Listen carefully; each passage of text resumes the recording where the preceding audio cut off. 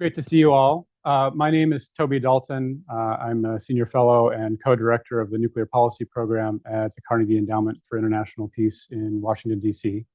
It's always great to come to Stanford. It's always great to come to CSAC, especially for people who've been in D.C. recently and discovered a new phenomenon called snowcrete, which is what happens when the snow turns into concrete. Like, this is especially idyllic.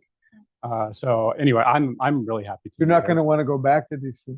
Definitely not. So the subject of our discussion today is the future of nuclear proliferation. Obviously, nuclear weapons have been a lot in the news recently, and we'll get into a number of the reasons why that is the case. But we really wanted to focus the discussion today on kind of the why and the how that other countries that don't already have them might seek nuclear weapons. And I think this tends to maybe not be as much in the news, but our contention is that it's going to be more in the news in the near future, and therefore it's an issue worth trying to unpack and explore further to kind of get into the reasons why, the drivers, and so forth. And to do this, we have a really first-rate cast of experts, and I'm super pleased to be moderating this discussion with them.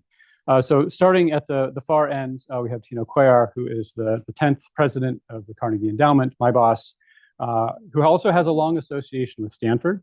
As a professor here in the past, with appointments in the law school, political science, international affairs. He was a co-director of CSAC at one time. He wears a lot of other hats too. His energy is amazing. He's going to be taking off the Carnegie hat this summer and putting on a couple more Stanford hats, including taking the helm of the Center for Advanced Study in the Behavioral Sciences and leading the Knight Hennessy Scholars Program. So Carnegie's loss, Stanford's gain, clearly. And then next to Tino is Scott Sagan, who is a preeminent scholar of nuclear weapons policy and politics and theory and history and decision-making. If Scott wrote it, it's probably worth reading. I'm not sure about your baseball writing, Scott, but at least your nuclear, you're right. Yes. So from Stanford, he's had a great influence on so many people, both scholars and practitioners. He's the director and senior fellow at CSAC, the Carolyn Monroe Professor of Political Science, and the Bass University Fellow in Undergraduate Education at Stanford. And then closest to me here is Rose Gottemoeller, who's the William J. Perry Lecturer at the Freeman Spogli Institute here and a research fellow at Hoover, also a non-resident scholar at Carnegie. So whereas Tino had a long association with Stanford before coming to Carnegie, Rose had a long association with Carnegie before coming to Stanford, including previously as a senior associate and director of Carnegie's Moscow Center, but probably most famously known for her extensive experience in the U.S. government, the Departments of Energy and State, including as the Undersecretary of State for Arms Control and International Security, and then most recently, the Deputy Secretary General of NATO. So to start, Rose, I wanted to give you the first question here, and which is to kind of take on the thing that's been in the news today. You've been in much demand to comment on the fate of the New START treaty. And today marks the sort of end of one era, probably, and the opening of a new one. Which is the kind of end of this lengthy process of bilateral arms control that we've had with the Soviet Union and then Russia since the late 1960s, that helped end the arms race and enable the dismantlement of tens of thousands of nuclear weapons. You are, in many ways, I think, the mother of the New START treaty, if that's a fair characterization. With obviously lots of people in the U.S. government that helped you in that negotiation. But you spent your career working to advance arms control as kind of one of the important parts of the U.S. toolkit to deal with. So I wanted to have you lay out for us where you think we might be headed in a post-arms control world, but to really make the connection to how arms control, as we think about it today, relates to the proliferation challenge and why other countries might be inclined to seek nuclear weapons, depending on how things go with U.S. Russia or U.S. China arms control. Right. And thank you so very much, Toby. And I'm looking forward to this conversation very much today. I will say it was a huge honor, and thank you to Tino for inviting me along with his colleagues here at, well, not here at Stanford, but at the Nuclear Threat Initiative and also at the Belfer Center at Harvard we had a kind of trilateral group that convened this very important task force on nonproliferation. And we'll be talking about the task force report today, but I was pleased and honored to serve on that task force, and it was quite enlightening to get into many discussions. Where I will concentrate my remarks today is on the fate of extended nuclear deterrence. As Deputy Secretary General of NATO from 2016 to 19, it was not the same issue it is today, with the number of concerns and doubts raised about the support of the Trump administration for our NATO allies and also our allies in Asia. It's a very hot issue. And so I do expect we'll have ample opportunity to talk to it today. But what I'd like to do to begin with, since it has been very much in the news, is talk a little bit about where I see things have arrived at the end of this roller coaster ride, with Putin back in September saying that he'd like to extend the limits of the New START treaty for another year in order to prepare new negotiations with the United States and new talks about strategic stability. To my mind, and many of you may have heard me speak about this to the media or in testimony on the Hill in recent months, it was a no-brainer, because the Russians, another group I served with was the Strategic Posture Commission in the United States, and our Strategic Posture Commission concluded in 2023, should Russia be released from the limits of New START, it could immediately rush to put more warheads on its missiles. This is the upload problem. And I've been very concerned that Russia, released from New START, immediately could start an upload campaign and essentially sprint away from us as we're trying to figure out what to do about China. China is modernizing. China is building up. We have to figure out how to address a modernizing nuclear China, and also, in my view, keep the Russians kind of tamped down, because otherwise they have a good deal of experience, capacity, and understanding, as well as warheads that they could put on their missiles. So that's where my view has been. It's kind of been a no-brainer, but I have been excoriated by quite a few people who say, this is ridiculous. The New START treaty is dead. We've got to get out of it. We've got to move forward and rush to begin building up our own deployments of warheads in order to address China, as well as continue to deter Russia. So that's the essence of the difference.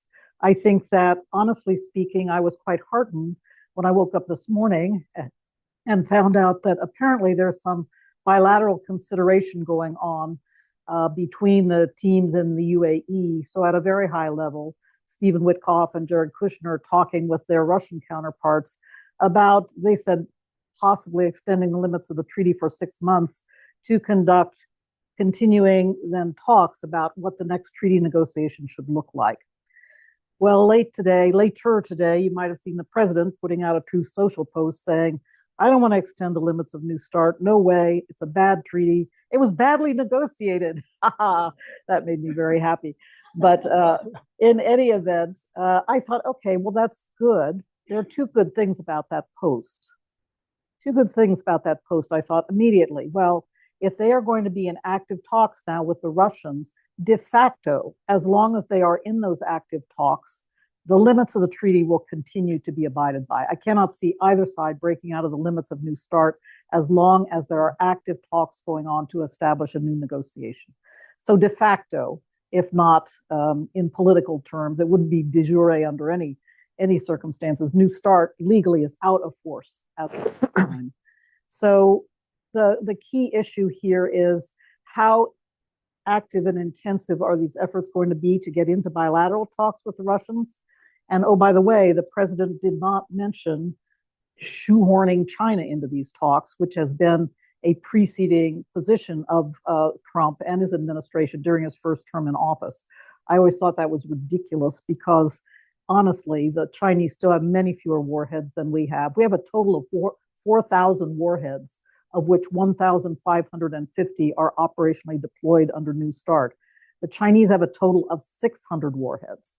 Yes, they are building rapidly. Our DoD stated a few years ago they expect them to have 1,500 warheads by 2035, but that's 1,500 total warheads in the next decade. We will still have 4,000 warheads.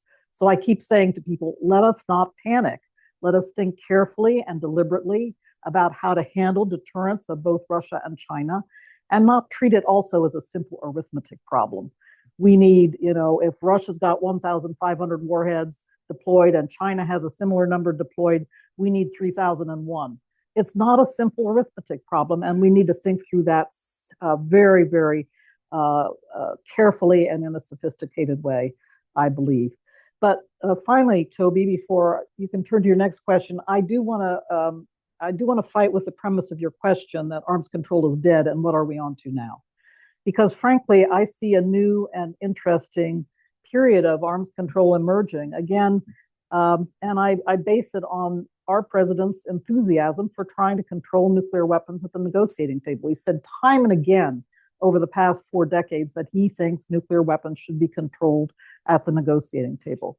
We'll see what happens. We know the president is famously peripatetic and he moves from issue to issue quickly. But the discourse over the last couple of days has been very interesting. And I frankly think that we should be thinking to encourage the notion of 2 nuclear treaties for the president. Not, again, shoehorning the Chinese into talks with the Russians, but the president could get 2 nuclear treaties done, one with his friend Putin and the other with his friend Xi. And if that could happen, again, there are lots of doubts out there about the capability of this administration to deliver, but nevertheless, if that could happen, then to my mind, that would spell a new phase of nuclear arms control that will also help us with the problems we have with the non-proliferation treaty regime, where many doubts are being raised about the commitment of the nuclear weapon states to continue to work toward nuclear disarmament. So I know I'm the perennial optimist, but I actually have taken some heart from the developments of the last couple of days, and I think we might be on a track to a very interesting period of renewal for nuclear arms control. Thanks, Rose. We'll pick up on a couple of those points, I'm sure, including the NPT kind of politics of nuclear weapons aspect. So, Scott, to turn to you, I wanted to kind of segue a little bit into thinking about why, in this moment, states might seek nuclear weapons. And in 1997, you published an article in International Security that has a great subtitle. It's 3 Models in Search of a Bomb. You're always looking for a great subtitle for your articles, and that was an excellent one. But I think it really helped kind of set a foundation for how, in academic circles, people study these issues, and in policy circles, kind of understand what they might be seeing as you assess other states. And so as you look at the world, as somebody who's kind of developed this theoretical construct for understanding why states might pursue the weapon, what do you see today around the world that might be motivational? Well, thank you first, Toby and Tino, for suggesting a joint seminar on this subject. I wrote 3 Miles in Search of the Bomb 30 years ago here at CSAC, and it's daunting to go back and look at it for grad students in the audience. Be very careful about what you write, because you may be asked 30 years later about it, and pick a good title. That title was suggested by the great sociologist Lynn Eden, playing off Luigi Pirandello's absurdist play, 6 Characters in Search of an Author. Mm-hmm, mm-hmm. And I stole the line. It's good to have a cool title. The key point of that article was that the basic realist model that most of us use in political science and in the policy world to think about the cause of nuclear proliferation was inadequate. The basic realist argument is that countries have a great interest in acquiring nuclear weapons if they are facing a security threat. It could be a neighbor's nuclear weapons, or it could be a vast conventional superiority by a neighbor that is hostile, and they have no other choice. The basic security model has a big element of truth. It points to the importance of extended nuclear deterrence and to the enemy's acquisitions of conventional or nuclear capabilities against you. But I noted that in many cases around the world, that model was insufficient. There have been 16 cases of states trying to acquire nuclear weapons. Some of them had threats, some of them didn't. I argue, therefore, that there are 2 other very important models, what I call the domestic politics model, that sometimes a leader might decide to acquire nuclear weapons because he or she has domestic reasons to do so and lacks the checks and balances that might constrain someone. I used Indira Gandhi and Ceausescu in Romania as the two cases. I'm going to try to illustrate the idea. Jessica Weeks, in a later very good article, shows statistically that personalist autocrats have a much stronger tendency to seek nuclear weapons, in part because they lack checks and balances and they're not punished as much if they domestically, if they break a treaty. Third model was the norms model that focused on the role of prestige and identity. France got the bomb, I argued, not because it faced more of a nuclear threat from Russia or from the Soviet Union than did Germany. They got nuclear weapons because you could be France without having the biggest weapon in the world, and it had something to do with their identity. And the NPT, in that sense, served a very important change in the system because it signaled to the world and changed beliefs that nuclear weapons are not necessarily prestigious, but rather they're what rogues do. And from the realist model, the NPT creates a solution to a collective action problem. For lots of non-nuclear weapon states, they might want nuclear weapons, but if they got nuclear weapons, they know that their neighbors would. And we'll be all better off if none of us get nuclear weapons. We have the IAEA to verify that. Now, looking back, what did I get wrong? Things were going really well back in the 90s in terms of proliferation. There were very few states that were still trying to get nuclear weapons. And I think that looking back, I would say that one thing that I totally didn't think about, and I'm not sure the field did very much, is what about if the personalist dictators are not the would-be acquirers of nuclear weapons, but the states that have them, and make decisions on whims without checks and balances? Think about Putin's decision to attack Ukraine, or think about Donald Trump today, who I think is a wannabe personalist autocrat. So I think I never thought that I'd see a US president threaten NATO allies, threaten to take over Greenland.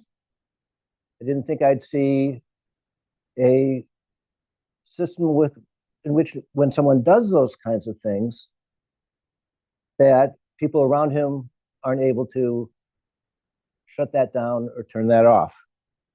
So to me, I don't think whether there is New START extension or not is going to make or break the non-proliferation treaty, for reasons that we can talk about when we talk about the treaty. What I do think is possible is that Donald Trump could break the non-proliferation treaty.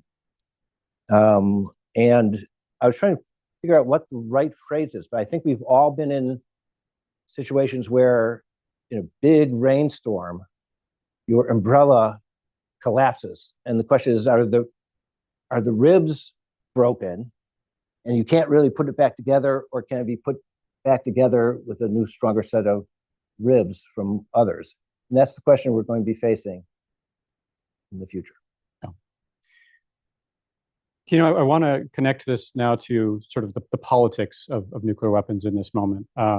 You chaired with Ernie Moniz and Megan O'Sullivan the task force that Rose mentioned that addressed the current proliferation problem and how it intersects with U.S. interests. You travel a lot. You see people around the world. You spend time in Washington. I'm just curious what you observe about the politics of this moment that we're in, to include what Scott was saying about sort of the personalist dictatorship aspect that personalist autocrat sentiment we see now. Why is this important for U.S. national security amidst all the other issues that are on the table? Thank you, Toby. It's very reminiscent of the 1960s, and I'll get to that in a second. But first, just as a matter of personal privilege, it's a real honor here to be with Scott and with Rose. Rose, of course, is a legend in the world of arms control. Congrats on your very badly negotiated New START treaty. And then Scott really is the person. So the two things that got me interested in nuclear are a very improbable visit to Oak Ridge, where I was driven right past the Y-12 plant when I was at the Treasury Department in the late 1990s, and Scott. Basically, those two reasons are why in a way I'm here and got so interested in this task force.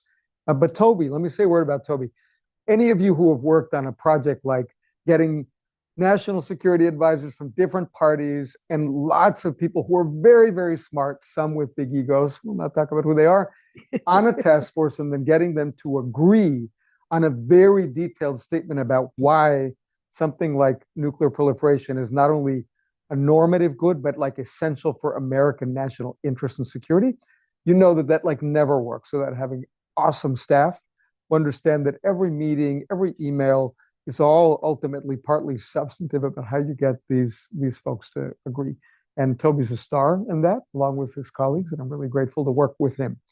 So go back to the 1960s and think about the forces, domestic and international, that were heightening interest in nuclear issues generally. For countries that thought that there was something to the notion of being non-aligned or didn't want to be just in the Soviet or American camp, there was an interest in planning a nuclear weapons program. This is, shows up somewhere in Scott's terrific article. But think India, think South Africa, think Argentina. But then also there were domestic reasons why the U.S. viewed itself as an exporter of technology, a crucial strategy for winning the Cold War, and getting a vibrant domestic nuclear industry, a GE Westinghouse capability, was that viewed as absolutely essential for its interests. There was rising, really skyrocketing energy demand. There was beginning to be a sense that the future of humanity, if it was yoked purely to fossil fuels, would be a bad thing. Back then, not for reasons involving climate, but for reasons involving price, basically, geopolitics. So big, and of course, meanwhile, the Soviet Union and the US were competing on this dimension, and we were well on our way to an arsenal that was 70,000 plus nuclear weapons. It's just stunning to think about that. And if for a moment you ever get depressed about this, just note that because of Rose and others, we've gone from 70,000 down to not quite a couple thousand. I'll just say more than a couple thousand warheads, but we've really reversed a trend that seemed like unstoppable at a certain point. But what does that mean now? To my mind, there's good news and there's bad news. And I don't know if you want to hear the good news and bad news first, but I'll tell you the good news. The good news is what we were able to achieve as consensus on this task force, which is first and foremost an understanding that nuclear non-proliferation, even to friendly countries, was a bad thing for US national security, one, most important. Two, that might be best secured by continued US commitment to extended deterrence, not pulling back from our security commitments in East Asia, in Europe. Three, that also meant using the full faith and credit of American power to buttress the rickety non-proliferation architecture, and also leaning into American technology and innovation to do the best remote sensing, the best verification we could. And then four, crucially, to build up the American nuclear industry, the civilian nuclear industry, so that we were real players globally. To get full agreement on that, we not only did a lot of good, I think, work in the task force and had the benefit of people like Rose, but we also were tapping into a vein in American national security thinking that we have found to be well represented in members of Congress, senators, and representatives that we've engaged with, as well as people at the highest levels of the US executive branch, even in this administration. Think J.D. Vance, think the current US Undersecretary for Arms Control and International Security, as well as the intelligentsia, people who are opinion leaders in shaping the context. That's encouraging to my mind, because it means that we are well on our way to making a subtle but profoundly important shift in how we talk about non-proliferation from an American perspective, which is to go from talking about almost something that sounds like a human rights issue, like this is normatively important, this is good for the world, to talking about it in the language of cold, hard interest. Now, one important subplot of this is that as you have conversations with folks who are elected politicians, because of course almost any foreign policy, national security issue has to have some grounding in domestic dynamics, otherwise you don't get the coalition you want. The members of Congress we've spoken to and political folks we've spoken to often start by saying, honestly, the most surprising thing in this copy of your task force report that we did not expect from people who are pro non-proliferation is a celebration of the role of the American nuclear industry, a recognition that if we're not going to be able to sell nuclear reactors abroad, then our American voice in shaping that debate is going to be limited. Like, how does a fuel cycle work? How do you reduce the risk that highly enriched uranium gets in the wrong hands? But they then also quickly pivot to what can be built in Pennsylvania, what can be built in Georgia, how can California be more of a player in this? So I just note that that is an important reminder that if we're not thinking hard about the domestic political tie to this, we will fail. And that leads me to the bad news. What I view as a positive message around the top line, the embrace that nuclear nonproliferation is critical for American national security across Republicans and Democrats, with a few exceptions, mostly on the Republican side, but mostly across the board understanding of that, has not yet been clearly translated into follow through in terms of the hard work that now is necessary to actually make that a reality. And I'll highlight, of the different things I've mentioned, 3 things that I think are particularly hard that we can talk about further. And I'm going to try to do this in ascending order of difficulty.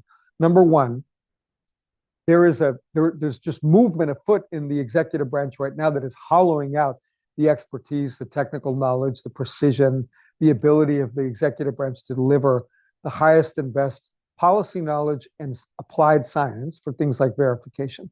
That'll have to be reversed. I mean, this goes back to the early days of DOGE, where they fired a bunch of people from an NSA and then they kind of hired them back within 5 days. Not all of them came back, right? Number 2, there's, I think, still a need for a broader recognition that, here we are, like on the eve of the nuclear nonproliferation sort of, review conference, and we're like chasing $1.6 million of U.S. support for that, so the U.S. can fully participate. That's like not a good thing when people, again, on the left and the right, are telling us that nonproliferation is important. The most difficult thing to build a political constituency for now is extended deterrence. And here I worry that those of us who care about this issue have a lot of work to do. Again, if you go back to the 1960s, there were people from all social classes, geographies, political backgrounds in America who would say, like, yeah, my community has a stake in winning the Cold War. Yeah, we want to make sure that, not every country in the world fears, and that, we need some to protect our allies. World War II is not such a distant memory. And I think the politics of extended deterrence now are much harder on both parties, by the way. But I think that highlights to me possibility, but also a lot of work we have ahead of us. I want to pick that point up directly. It feels like, if you go back maybe 5 or 8 years, it was sort of a fringe idea among IR types who were trying to be a little bit edgy to say, oh, well, maybe if allies had nuclear weapons, that would be better for the U.S. But now it feels like every week you find another article in an op-ed in a paper or something like that saying, ally X, Y, or Z should have nuclear weapons. It would be better for them. Foreign affairs, even in Indeed, yeah. And so I want to take that on. It's because I think you're latching onto something here, which is going back to the toolkit. Extended nuclear deterrence has been a key part of the U.S. nuclear toolkit. Scott, you mentioned a number of countries that had sought nuclear weapons. A number of those didn't get there, in large part because they bargained for extended nuclear deterrence eventually. And so, tell me a little bit about how you're thinking of the sort of Greenland dynamic, whether there's reversibility in this dynamic or whether we're now on a slippery slope towards something else, whatever that something else is, such that the credibility of U.S. security assurance is no longer sufficient to at least keep other countries, our allies, from having an option for nuclear weapons in the future. Well, among the countries that, among the countries that flirted with, that explored and started developing technology related to this to get nuclear weapons, were Taiwan, briefly, that well-known case. South Korea, twice, being very interested. Germany and Italy financed an early program of the French nuclear weapon establishment under the agreement that if it succeeded, that they would have part ownership in the capabilities. So we shouldn't assume that there are that this is not this is impossible. The research that looks at the public opinion on this subject is very interesting. I give a shout out to former CSAC fellow and Stanford student Lawrence Sukin, now at Oxford, who demonstrates that part of why publics in some non-nuclear weapon states, including South Korea, are pushing their government to get nuclear weapons, it's partly because of the credibility problem that the United States might not come to their aid. But it's partly because we might come to their aid too soon. And Donald Trump's threats against North Korea encouraged proliferation interests in South Korea, both because sometimes he would back away from supporting South Korea and because he was making much too provocative a set of threats. So I think this question about how to extend deterrence has two big question marks. One is, what can the French and British do in the future if the United States cannot repair our extended nuclear deterrence relationships? I guess three. The second is what will be the role of individual countries. I hope they do not move forward, but I predict that some will be more interested. You're seeing signs already. And then lastly, what can we do on the conventional area? And here I think it was valuable for your report to talk about strengthening conventional capabilities as part of extended deterrence. For after all, I think, good solution or good strategy to counter Putin's nuclear threats in 2022 was not to threaten NATO nuclear responses, but to threaten a massive conventional response. And that is a way of having extended deterrence without the same nuclear or not as much of a nuclear component. Why don't I pick up on that? Because I wanted to talk about recent conversations I've had, including in testifying before the Senate Armed Services Committee this week. One thing that has really concerned me, and it was brought home by a line of questioning from some on the Democratic side of the aisle, about the references to extended nuclear deterrence in the national security strategy and the national defense strategy.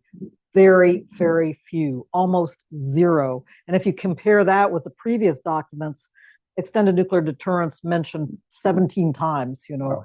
So it's quite a situation where so far with this administration, and here I do fault the administration for not being more forward in talking about extended nuclear deterrence. A year ago in February, when Hegseth first went off to talk to the NATO allies, his famous speech, he said, "You will be responsible for conventional defense of Europe. So pull up your socks, spend the money, modernize, acquire not nuclear, but conventional capabilities. We will continue to be responsible for the extended nuclear deterrent." Beyond that, nada.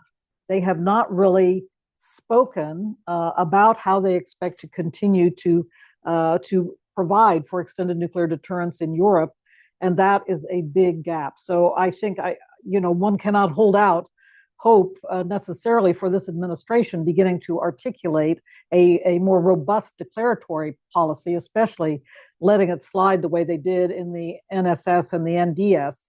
But I do want to bring that to everybody's attention. And then the second point, and it's one that I've really been emphasizing every time I talk to the allies, and also then in my testimony this week, is that we really do need to bolster conventional deterrence for the reasons Scott was talking about a moment ago. But also, if the allies in Europe particularly are going to be now responsible for their own defense, they have to fulfill their pledges at the NATO summit this past summer in The Hague to build up 5% of GDP, right? 3.5% on military capabilities and the rest on military-related infrastructure and other expenditures. They have got to reindustrialize and modernize their conventional forces. And in that way, I do agree with Scott that that will contribute to their ability to deter and to provide a bolster for extended nuclear deterrence. The last thing I'd like to say, and people don't really buy into this very much, but I think it's worth noting that when I was at NATO only 7 years ago, the extended nuclear deterrent capabilities at NATO were in a weakened state. Number of the allies had not agreed to buy the F-35 and certify it as dual capable. The Germans, for example, had the decrepit Tornados. They couldn't get them off the ground. And Trump's pressure, I give him credit, his pressure in the first term resolved that problem. So now the F-35s are being purchased by all the basing countries, and some of them, like the Netherlands, have already certified them for the dual capability mission. First point. Second point is, the Trump administration and the Biden administration sunk a good deal of investment into improving the infrastructure for the extended nuclear deterrent at the bases in Europe. So the storage facilities, the handling facilities, all these kinds of infrastructure modernization plans and programs were very expensive, and they have been implemented now. So, and the third, and to my mind, most important thing is our shiniest, most modern weapon, the B-61-12, is now fully deployed in Europe. So in terms of the nuclear weapon available for the extended deterrence mission, it's the best. Okay, that's all good. But if the president still decides he's not going to help out when the terrible moment comes when he should make this decision, this is still a problem, because that doubt about his willingness, he has the only release authority. So what can we do in the meantime? In the meantime, I'm glad to say NATO is stepping up to messaging in a very firm way, training, exercising, the so-called steadfast noon exercise, the yearly NATO nuclear exercise, has always been kind of hush-hush, not advertised, not talked about. Go back and look at the NATO website from October. Full disclosure about the NATO nuclear exercise there, and it was great, because despite all these doubts being raised in Washington, the Russians need to have doubts about NATO and its really ability to deliver on that mission. Training, exercising, resilience, and a very good, shiny capability, including the newest warheads in Europe.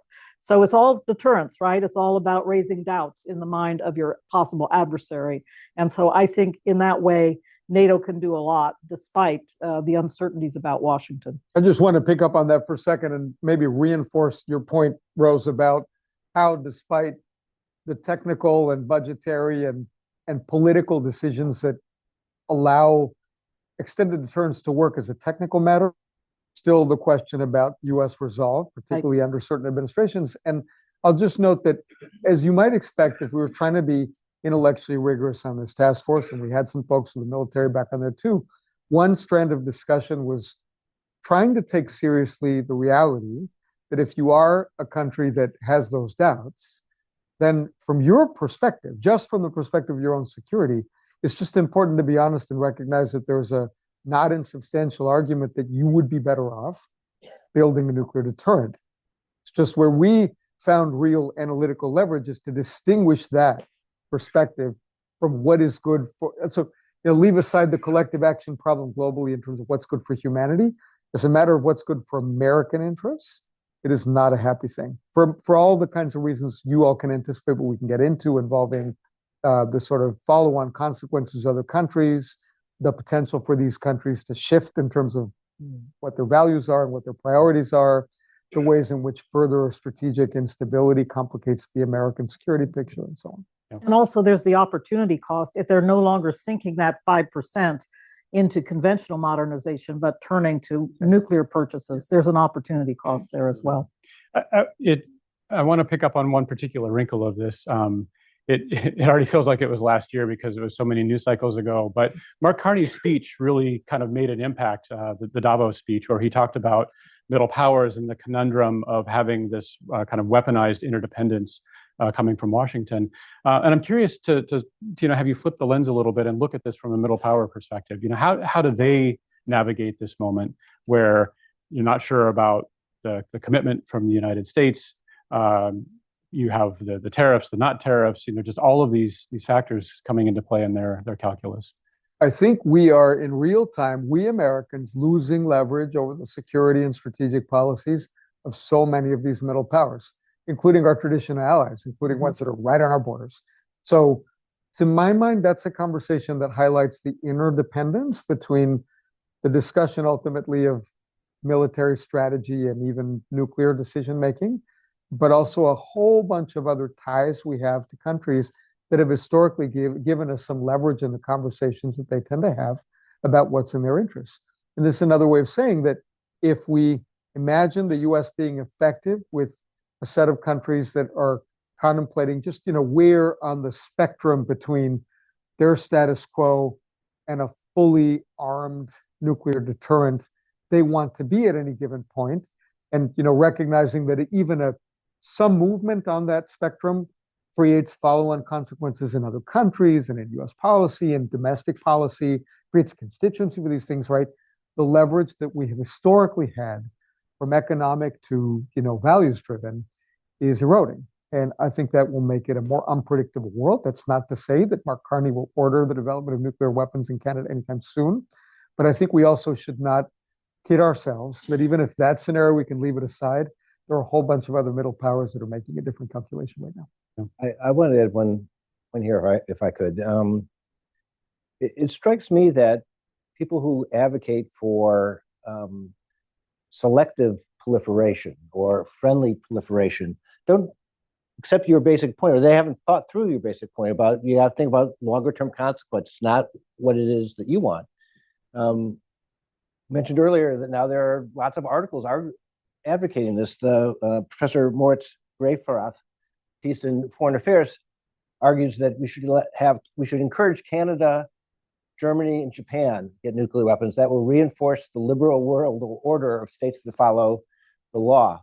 And it strikes me that one way of thinking about this is that if you can artificially stop proliferation and not have anybody else react to it, that is a very different world than I think really exists. And one of the insights of the people who crafted the NPT was that not only is it a solution to a collective action problem for non-nuclear weapon states, it's a solution to a collective action problem for the nuclear states. I won't arm my allies if you don't arm yours. Mm-hmm. And if you think of friendly proliferation, you should also think about Russia and Iran, about Russia and North Korea, and other states that we really don't want to see get nuclear weapons, but we would be encouraging that if we abandon that basic. That's exactly right, but I'll just add one complexity there, which is,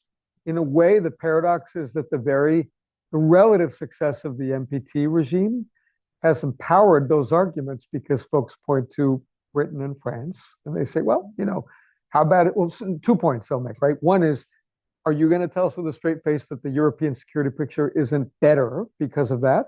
And, we could have an argument about whether even U.S. security is better. But then second, that hasn't led to, say, 30 countries having weapons. And I think all four of us would have answers to that. But I just note that that's, I would argue, the most powerful talking point on the other side.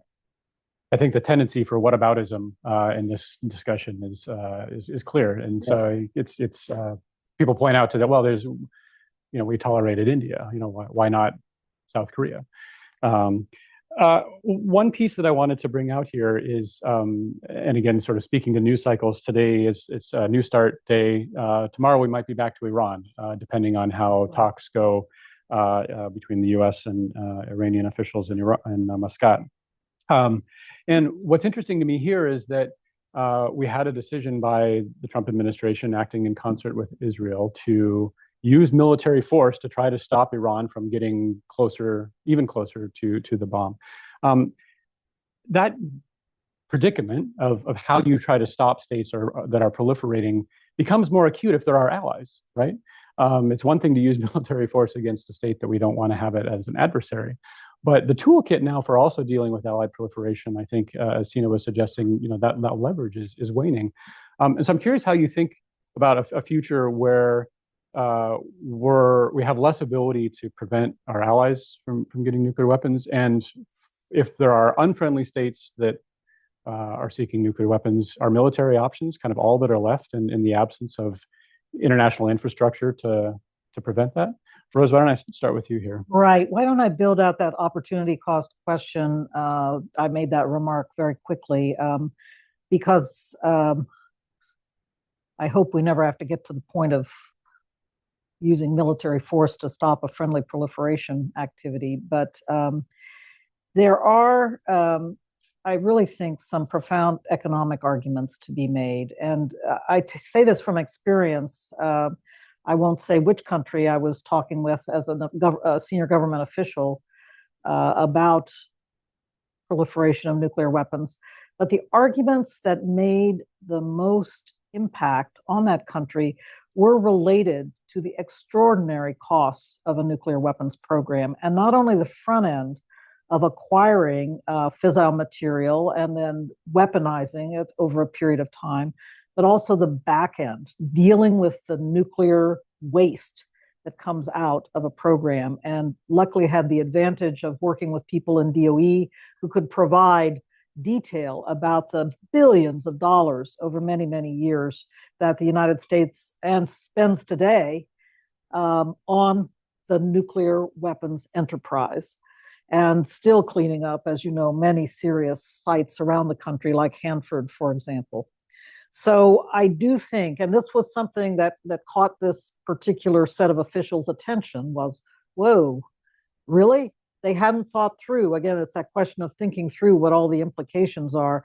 So I do think that making the economic cost argument, particularly for allied countries, where we're already stressing their social welfare program by demanding they return to conventional armament, and then saying, and how are you going to continue to support your social welfare programs and do the conventional modernization you're committed to if you also pile a nuclear weapons program on top of that? I think those kinds of arguments will have a resonance in those countries. So I think it's obviously not about using military force against our allies. Yeah. Scott, I'm curious if you have thoughts on preventative efforts to stop nuclear programs. Not against allies, but against Iran, I do have comments. I fault Trump for getting out of JCPOA without having an alternative. And again, I think this is the same phenomenon that you're seeing, that something that Obama negotiated can't be good, and therefore we're going to get out of it. I can do something better. And then he couldn't do anything better. So that has me worried about what's coming down the road here. But I think the attack in June last year should not be blamed on Trump or the Israelis. Should be blamed on Iran for launching the massive attack against Israel. And once Israel was able to take out the air defense, I think it was inevitable that there'd be finally a large-scale attack against the nuclear program. They'd already kicked out the IAEA, and I think this was inevitable. I think any president would have done it at that particular point. So what's going to happen in the future? I think that's the other key.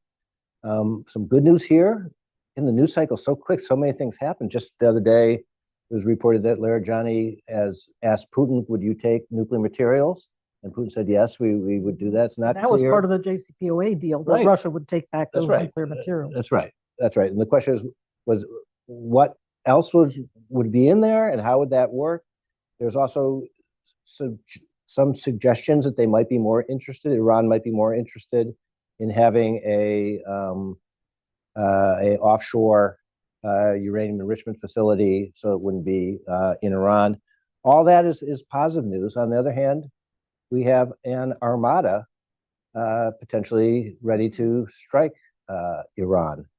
I would think that given the protests and what happened, despite President Trump's threat that he would use military force, conventional military force, if you kill protesters, Iran paid no attention to that. And it's not clear what's going to happen on the nuclear side. So I think we should all buckle our seatbelts, because we're in for a bumpy road. Yeah. So at this point, I want to bring in our audience, both here in the room and online. And do we have a microphone or? Okay. So if you could raise hands, we'll get a microphone around. So I see a gentleman with a shirt logo that looks like a bird. It's a bird. Excellent. Thank you. So, sir, I'll give you the first question. Mike's there. Kevin Bustamante. I'm a postdoctoral fellow here at CSAC. Thank you for the wonderful panel. It's very informing, wonderful. I want to go back to the 1960s. There were, from 1945 through 1960, you had all sorts of discussions of what might disarmament look like. How do we stop proliferation? How do we stop testing? Right, and you end up having real remarkable breakthroughs in the 60s. And I guess what I'm worried about, sort of in this conversation, but more broadly, the general discourse, is like there seems to have been a real stalling out of new innovation, of just like we have reached the status quo, and the goal is to maintain that status quo. But it does sort of feel like, from the American side, that makes sense, but it doesn't seem to reflect like what the rest of the world is sort of thinking of. Like, again, the rest of the world is thinking, How do we get to disarmament, not just arms control? And so for me, how do we move forward without sort of new ideas to influence the way we understand nuclear politics today? Thank you. Great, thank you. Well, I'm going to take one more. There was a gentleman just two seats back of you there. Thank you. I'm John Fox from Applied Physics. So there was some historical discussion about the role of the nuclear industries in the United States. You specifically mentioned GE and Westinghouse, who, of course, now are bankrupt from their nuclear enterprises. I want to talk about what's happening now with renewed pushes for what are called small modular reactors, which, of course, are neither small nor modular, but require highly enriched fuels. And I'm wondering if anybody wants to touch the wisdom of developing fuel cycles that use higher enriched fuels in a context of proliferation risk. Great, two good different questions. Who wants to start? I'll do a little bit on each, but I invite others to speak about both, actually. Thank you, great questions. So let's start with maintaining the status quo versus the kind of like ambition in the Baruch plan and so on to actually like bring the threat of nuclear destruction under tight control and like share the benefits. Like I have a little bit of PTSD from watching a similar discussion play out on very, very advanced AI. And I think what is interesting in comparing that discussion to the historical discussion about nuclear and then where we are now is it's sort of like it. I think one of the most important things for people who want to play in the idea space, but relevant to policy, is how to make sure not to be under ambitious, but also not to be over ambitious. So I'll just say a partial answer to your question, but only a partial one is like, I think I'm among several people here who want a far safer world that we can really only get if we push towards bringing these weapons under tight control and eventually trying to, as President Obama said, build a world without those nuclear weapons. But as President Obama also said in the speech, he mentioned that we're not going to get there overnight.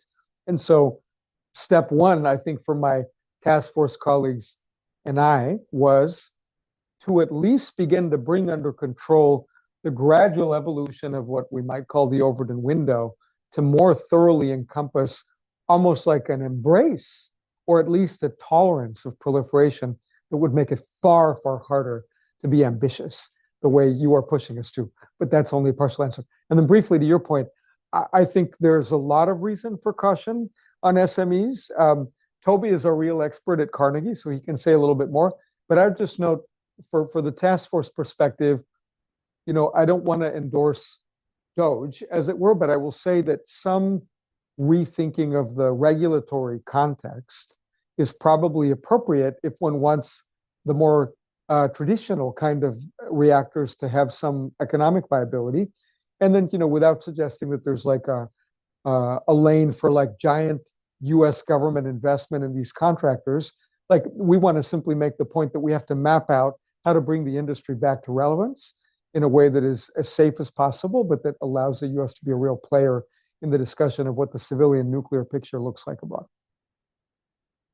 Perhaps I'll just say a few words about the non-proliferation treaty regime and its larger situation inside the UN system overall. For many years now, there's been a growing indifference to the UN system as it has ground to a halt with the competition among the permanent members of the UN Security Council, who also happen to be the nuclear weapon states under the NPT. And so Tino mentioned earlier that we have, for lack of, I actually remember it being $1.3 million, we have a problem emerging where we may not be able to hold the NPT RevCon because the United States under this president is scorning the UN system and is not paying the dues that are expected of us across a major realm of UN support. It's not only the NPT and the NPT Review Conference, it's in many other areas where the United States has generally paid its dues over many years. So that is this administration expressing its frustration and its dislike of the UN system as it has evolved to the present time. So what's going to be the upshot of this? Again, I don't see any concerted efforts to bring about reform. I can see some examples that have been helpful over the past 10 years. And one has been the way in which the CWC, the Chemical Weapons Treaty Regime, has evolved so as to be much more productive and able to produce decisions and results at the OPCW. This is all very dorky, bureaucratic and diplomatic stuff. But the point is now we have an administration in Washington scorning the NPT system, and oh, by the way, treaties and agreements under it, like the NPT. So what are we going to do about it? And in my opinion, we both need to look at examples of things that have improved the situation, such as the change in the approach to voting in the OPCW, so you don't have a demand for consensus, or in the case of UN Security Council reform, getting the permanent members to back off from veto power. I don't think that that's ever going to happen, but we really do need to take some wide-ranging decisions about the UN system, or we're going to end up where we've seen in the last month many examples of administration officials expressing distaste and disdain and dislike for international law overall. We don't need no international law, has basically been their point of view. So how are we going to work that problem? Partially is by showing them how we can improve the system. One brief response to Kevin's question. We're in a really dangerous world, but as a young scholar going into writing on this topic, this makes it really important that you do great work in this area. The Cold War was extremely dangerous as well, and in the recent excellent, I think somewhat flawed, but really excellent book, Strange Stability, former CSAC fellow Ben Wilson says that strategic stability, the term, became a delivery vehicle for which anybody could put anything on top of it and label it that way, and it became more acceptable. And he goes through all the important work that Tom Schelling and Bernard Brody and Roberta and Albert Wohlstetter did, all in the name of strategic stability. And what I think that we need to do is to look at all these problems with more clear eyes than even the Cold War strategists did, and not use the same term to mean different things, to be very careful in how we do that in a world in which we have low yield nuclear weapons, in which we have much better accuracy, in which we have conventional capabilities that have strategic effect, where we have biological weapons, where we have AI introduced into command and control and warning systems. This is a very, very different world. And I think it's a world in which we need young people to do even better work than their predecessors did. And hopefully clean up the messes that we didn't clean up. I'm going to take a couple questions from online. So Owen Price asks, I would hope the panel could comment on Canada's former head of the Army, General Ayres, retired, recent comments about keeping nuclear options open and maintaining the infrastructure necessary to pursue nuclear weapons in the future, a conversation that would have been unthinkable in Canada even 12 months ago. And so here, I think an interesting question is, how do we, do we foresee more countries going down the road of creating options? And if so, what does that world look like? Sort of a hedging future. And then perhaps a related question from Tahir Azad says, given the unpredictability demonstrated in several areas of U.S. foreign policy under President Trump, how do you assess the future trajectory of nuclear proliferation during his administration, particularly in contrast to more consistent strategic approaches of China and Russia? Rose, do you want to start maybe? Just on that last question, there is a certain shock and awe nature to what the president has been up to, whether that he can sustain it over 4 years. But just the example of Iran that we've been talking about and the kind of threat hanging over Iran would seem at least to produce a hiatus in which opportunities for perhaps some new negotiations would be possible. And we will find out in coming days, I think, whether some new negotiations will be possible. But there could be, in some ways, a short-term hiatus that may make it possible to get into some serious discussions with countries like Iran in the first instance, and I would hope before too long with North Korea once again, because the president says he wants to also deal with North Korea on the nuclear question once again. So this is my typical optimism showing through. But on the flip side of that, I do think it likely that there will be more recessed activities going on that among our allies, even that I would hope we could nevertheless push back from. And I don't know how Mr. Carney reacted to General Ayer's suggestion, but I can imagine for countries that have been very committed to the nuclear nonproliferation regime over many years, as Canada has been, that it would be very difficult for there to be any outward expression of support for those ideas in the body politic. That would be my presumption. I'll just make a brief comment on the question of this administration, and I'll note two realities, which are on the one hand, a clear transactional and kind of lack of consistency approach, which makes not only U.S. foreign policy more unpredictable, but the reactions of a whole bunch of countries that, no country is completely rational, but there's just like more unpredictability, which doesn't bode well for anything that takes a sustained effort. That said, I mean, all of you no doubt have heard about the J.D. Vance speech at the Munich Security Conference a while back, where he effectively upbraided Europe for not being more tolerant of certain right-wing political movements. But there was another speech that J.D. Vance gave, or event that he participated in, that the MSC hosted, except this was in Washington, D.C. in the Willard Hotel. My sense is that there was a kind of effort there to have the VP have another opportunity to reflect a little bit on how, in fact, Europe still is very important for the U.S. and to not completely walk back the remarks, but to at least kind of assuage them a little bit. And I just note that there was a very authentic statement there about deep concern about nuclear weapons. And I think that is authentic. And the strangeness of this political moment for so many reasons is to sort of reconcile a bunch of things that are hard to reconcile. But I do feel like, as you and I know, when we've engaged at Carnegie in the State Department with the senior leadership there on arms control, I would say there were marked up copies of our test. There was real interest in making sure the U.S. retained its leadership role in preventing proliferation. But that, of course, then leads us to the question of what consistency and follow through we will see. Yeah. Scott, a world with more hedgers? No, I think that's happening, and it's inevitable if you make threats, and whether you back down from them or not. Trust is something that is very hard to build, but very easy to destroy. And I think President Trump either ignores that or forgets it. But I think that this is, we're going to have hedgers, and we're beginning to see the intellectual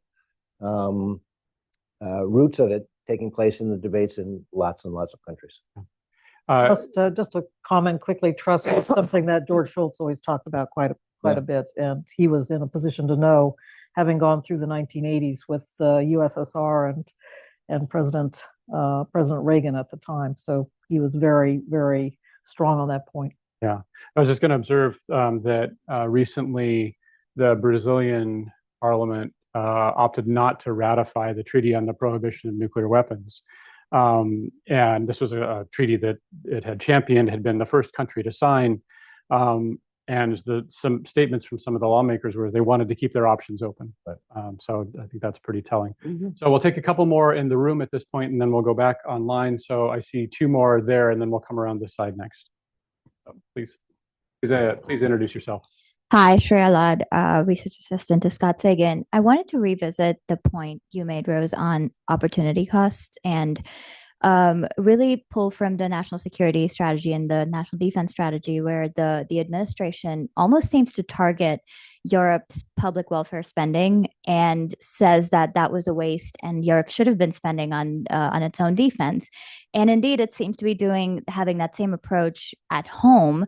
My question is, do you think the reduction in public spending and the slashing of welfare spending at home and abroad, or encouraging allies to do the same abroad, will create public pressure and a stronger appetite for arms control at home, if not for anything else, just out of the fatigue of a massive defense budget?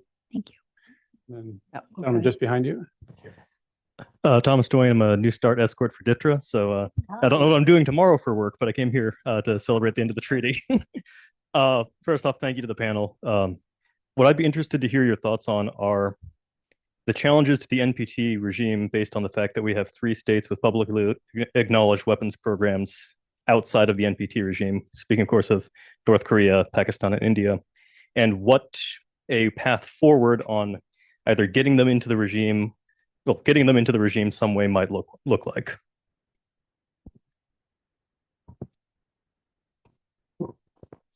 Okay, perhaps I'll just start by a shout out to the Defense Threat Reduction Agency, DITRA. They are our inspectors, and they are the people who make sure that the trust but verified part is really lived up to. So thanks for coming along today. I appreciate it very much.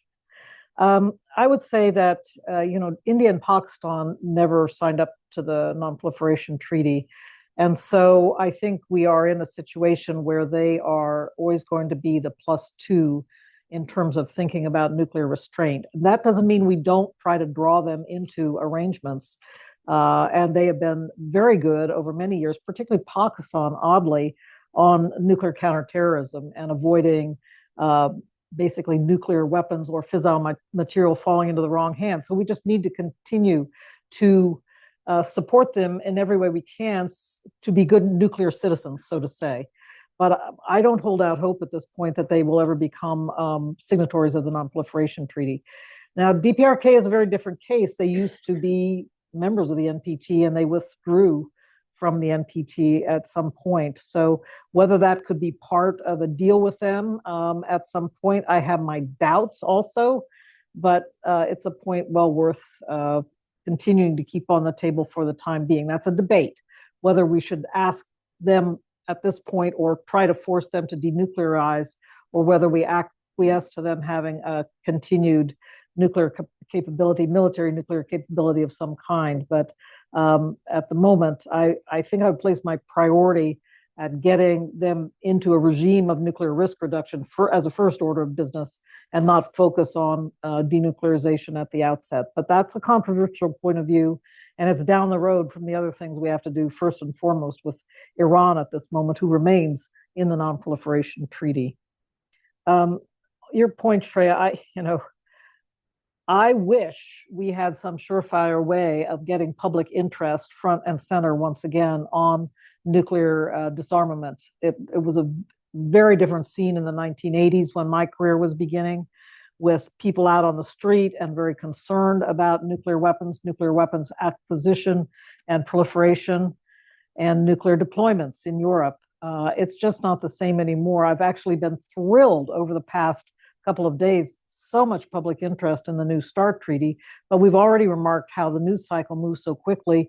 I've been joking I'm kind of the flavor of the week right now, like Baskin Robbins, but by Friday. I mean, I've already had people calling me up from various media things. Oh, we've done our New START story. Can you talk about Ukraine again? So, that's just the way it is. So if you got some great ideas about how to drive this issue, I'd be very glad to hear them. Scott, I just want to say, if you were thinking about India and or Pakistan joining the NPT as nuclear weapon states, I just don't think that can be done technically. That is, the treaty can't be amended without it going back to all the legislatures around the world that would have to then say, well, we want to amend this in different ways. And I think Rose already gave a good reason why you think joining as non-nuclear weapon states is unlikely. I'll just add, I understood your question to be, certainly there was the possibility Scott just mentioned, but the other part of your question, I gather, about these states outside the NPT regime that have nuclear weapons is like, how do we then avoid all these other dominoes kind of crashing down? And to my mind, in this administration, there's always going to be an interesting tension, which we alluded to earlier, between their real distrust of complex treaty regimes and their professed, and I've argued, I think, authentic concern about non-proliferation. But whether it's this administration or the next one, I think that the erosion of norms globally does mean that if the world is going to be more transactional, and I think it's not only for reasons involving any one country or one administration. I do think in some ways it is important to remember that the erosion of structures and institutions and international economic cooperation was not just an issue of one administration or one president or one country, right? But all that points in the direction of like more ad hoc transactionalism to some degree. And whether it's this administration or the next, I think a set of tools that are about that, about diplomacy, security guarantees, and resources and money and economics will need to be used to try to get countries pulled into this regime a little bit more. And that obviously creates the risk that you're going to get some, moral hazard and adverse selection down the line. Could I just follow up real quickly, Tino, and ask you what you think? Can that ad hoc transactionalism deliver stability in the end of the day? I'm not sure it can, but I think in the meantime, I mean, let me put it this way. One way to understand what's happening right now is this big disruption is going on, and a number of agendas have supported that disruption, some domestic, some global. And you can see it in the war in Ukraine. You can see it in the behavior of this administration and its priorities in some ways. But one could imagine that disruption will not perhaps in all likelihood achieve everything that it is trying to, or that people want it to, who are supporting it. And that when there's a rebuilding process that plays out, there will be windows that open up. And my point is simply that as those windows open up, there will need to be some interim measures to keep people as stable as possible. Mm-hmm. All right, I'm going to take 3 from online, 1 for each of you. So, Scott, I'm going to direct a question from Mark Goodman to you. He said, if the goal is to reassure allies that they don't need nuclear weapons, is it more important to convince them that we will come to their defense if they are attacked, or that we will use nuclear weapons against the country attacking them? So you referred to Lauren's research earlier. I wonder if you might expand on that. And then a question I'm going to direct to Tino from Jeff Knopf. It's basically about Article 6. And it says, if nothing replaces New START, nuclear weapon states will no longer be able to say that they are in compliance with Article 6, the disarmament requirement under the NPT. And so kind of how damaging might this be if that sort of moralistic argument, well, we're making progress through arms control towards disarmament is gone. So how damaging would that be to the regimes? And then for Rose, a question from Herb Lynn. In the event that extended deterrence by the U.S. to Europe and Japan is ruled out, what is the prospect that Europe or Japan could successfully deter Russia or China with or without acquiring nuclear weapons of their own interest? So, Scott, maybe start with you since I directed the first. Mark gave me a door number 1 or door number 2 kind of questions. It's clearly it's door number 1. I think convincing an ally that you are likely to come to their defense is more important than saying that you'll use nuclear weapons as part of that defense. Indeed, excessive reliance on nuclear weapons becomes a crutch that stops you from developing conventional capabilities that you might need and is less credible to the ally because they know that you'd be more worried about retaliation afterwards. Mm-hmm. It seems like we're in a bit of a conundrum there, since so much of the emphasis then on, say, forward deployment, or you see in the South Korea context, the demand for, so the demand for signals of reassurance is challenging. So what's your sense of that, Scott? Just kind of how do you focus more on the conventional when the demand signal seems to be nuclear? I think the demand signal, Rose would know more about what happens on the inside than I do, but I think that there's a lot of public discussion about nuclear extended deterrence, but there's a lot of private inside NATO and inside defense ministries.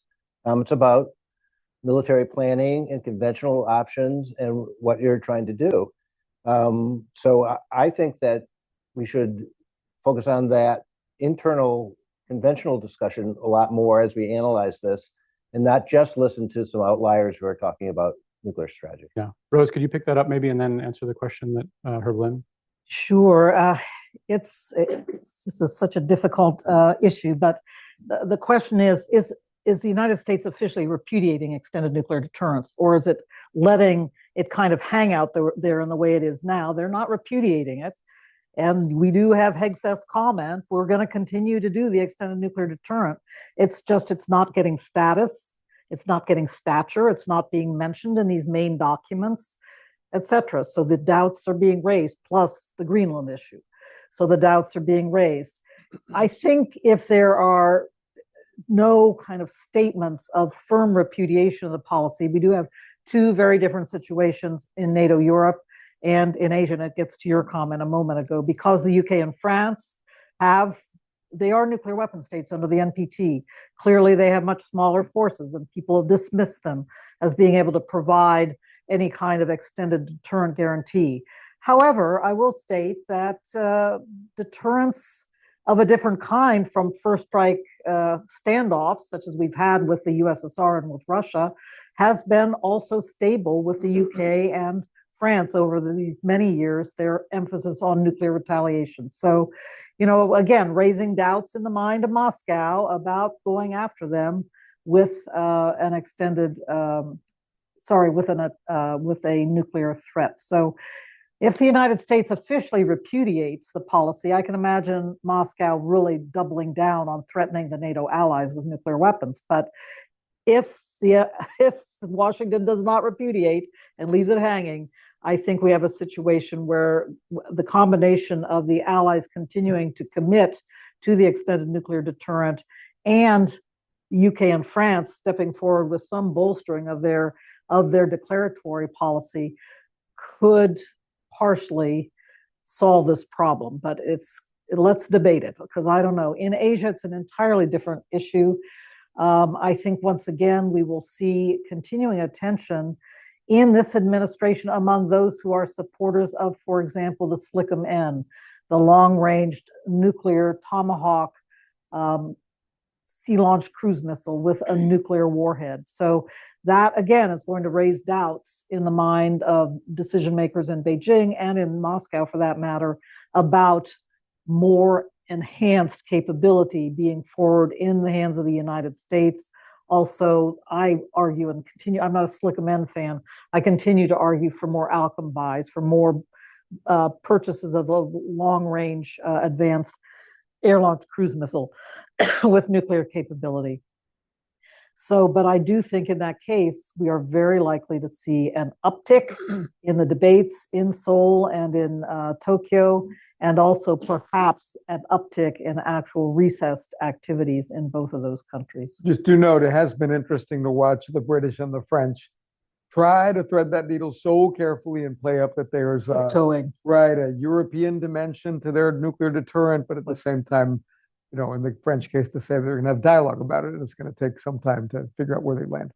Briefly on Article 6, I think it is a very good thing for the integrity of the NPT, for countries like the United States, Russia to be able to point to very active arms control processes to highlight that they're complying with Article 6.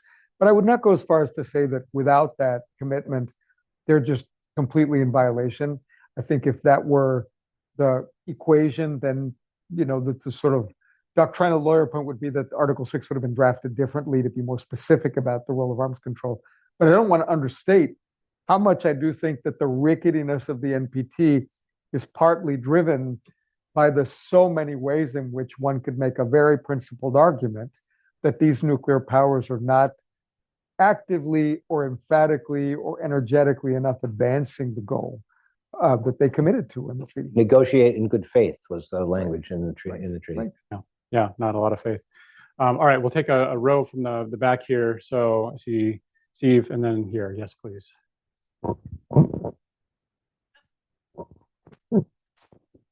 Thank you, Steve Pfeiffer. I'm an affiliate here at CSAC. Excellent discussion. I have to say, after the past year, if I were an American ally, I would have significant doubts in the Trump administration's readiness to either come to my defense with conventional forces, and certainly bigger doubts to either threaten or to use nuclear weapons in my defense. And I think, Scott, you pointed out in Europe, there's an alternative. The Germans don't need their own bomb. There's the British and French alternative. But South Korea does not have a British or French alternative. I have to think that there must be somewhere deep in the South Korean Ministry of Defense a plan for rapid acquirement of a nuclear capability. If the South Koreans clearly became convinced that the American extended nuclear deterrent is not there and question the American ability to come on a conventional level, what's your argument to the South Koreans not to acquire their own nuclear weapon? I have a hard time coming up with any. Oh, here.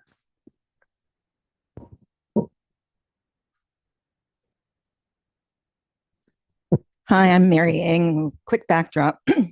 I was a graduate of the business school, economy, and in the 1960s and 70s, I was a child, had all those images coming in. And as a science and math person, I've been pro-nuclear ever since the 60s, forever. Because from a scientific background, there's no way you get that amount of energy from anything else without destroying so much of our planet. So that's kind of a backdrop to my question. With the 5% NATO allocation, I just see a triple impact. I've been concerned about what happened to manufacturing and technology in Europe since the 90s. When I was early in my career, in the 80s, you had Nixdorf, a systems in Germany. You had the best RF technology on the planet in England. So these places that used to be centers of innovation are now Disneyland. I mean, when I think of Italy, it's one big Disneyland to go see the Trevi Fountains, or, they've lost their edge, but they haven't lost their skill and their base. So the triple impact would be, it can revitalize their GDP, their productivity, a core economic. I mean, there's the economic argument for why do we participate in developing either conventional or nuclear weapons. There's the global security and the war game risk that everyone's been playing pretty much here today. And that's really not my bailiwick, but I've learned a lot. And then there's the global warming. Nothing solves it like nuclear, because there's only so many windmills or solar panels you can put up.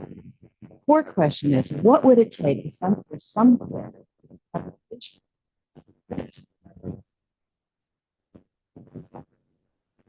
They did with the space program. He was a brilliant politician. He put manufacturing in Alabama. He needed the southern vote. He put the launch in Florida, and he put mission control in Texas. And he was a political maneuver, but it built the space industry. So I just have to believe that there's some ad hoc transitional thing that you go in and say, you don't have to invest in the materials. You build the launcher, you build the rockets, you build the sensors, and allocate that across Europe and the US. What would it take to have that kind of thinking come in and say, we're pro-nuclear?